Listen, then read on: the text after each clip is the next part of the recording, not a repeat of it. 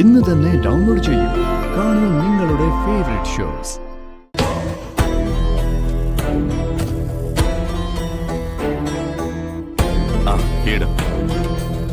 Sir രണ്ടുപേരും wait ചെയ്യുന്നുണ്ടേ.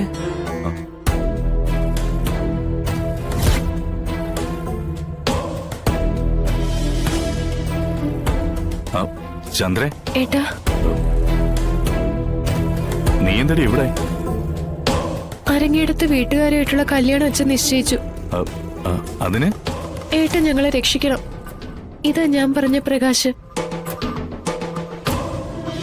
ഞങ്ങളെ സഹായിക്കണം ഏട്ടാ. വേറെ ആരുമില്ല ഞങ്ങൾക്കൊപ്പം നിൽക്കാൻ. ചന്ദ്രൻ, നീ എന്താ ഉദ്ദേശിക്കുന്നത്? ഞങ്ങൾക്ക് പിരിയാൻ പറ്റില്ല ഏട്ടാ. ഞാൻ പ്രകാശിന്റെ കൂടെ ജീവിക്കാനായിട്ട് വീട്ടിൽ നിന്ന് ഇറങ്ങി പോന്നിരിക്കുക.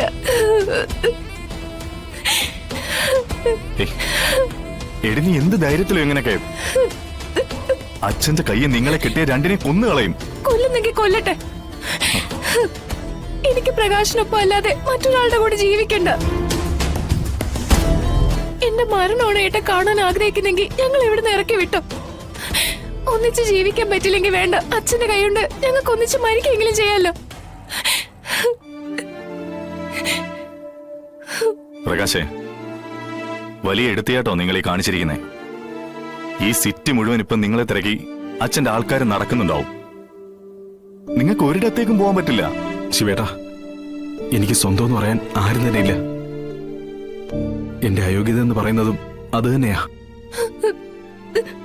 പക്ഷേ ചന്ദ്രയെ പൊന്നുപോലെ നോക്കാൻ കഴിയുന്നൊരു വിശ്വാസം എനിക്കുണ്ട്.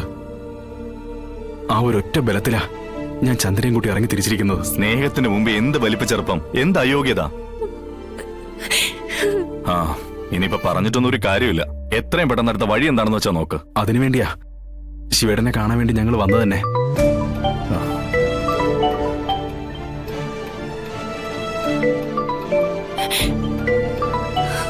അമ്മയാ. ഹലോ മോനെ ശിവ, എടാ നമ്മുടെ ചന്ദ്രയെ കാണാനില്ല. അവൾ ആ ഡോക്ടർ പയ്യന്റെ കൂടെ ഇറങ്ങിപ്പോയെന്നാ ഇവരൊക്കെ പറയുന്നേ. അവള് നമ്മളോട് അങ്ങനെ ചെയ്യോടാ? ഒന്നുമല്ലെങ്കിലും ഞാൻ വളർത്തിയതല്ലേ അവളെ. എന്നോട് അവളെ ചതി കാണിക്കോടാ. എടാ മോനെ, നീ ഇവിടെ വരെ ഒന്ന് വരണം മോനെ.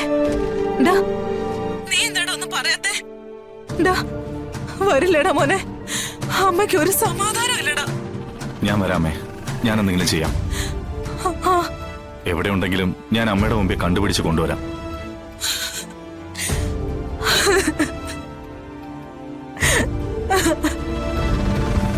കേട്ടല്ലോ, അമ്മ കരയുക. ഞാനിപ്പോ എന്താ ചെയ്യേണ്ടത്? ഏട്ടാ, ആരൊക്കെ എന്തൊക്കെ പറഞ്ഞാലും ഞങ്ങളെ കൈവിടരുത്. ഞങ്ങൾക്ക് വേറെ ആരുമില്ല.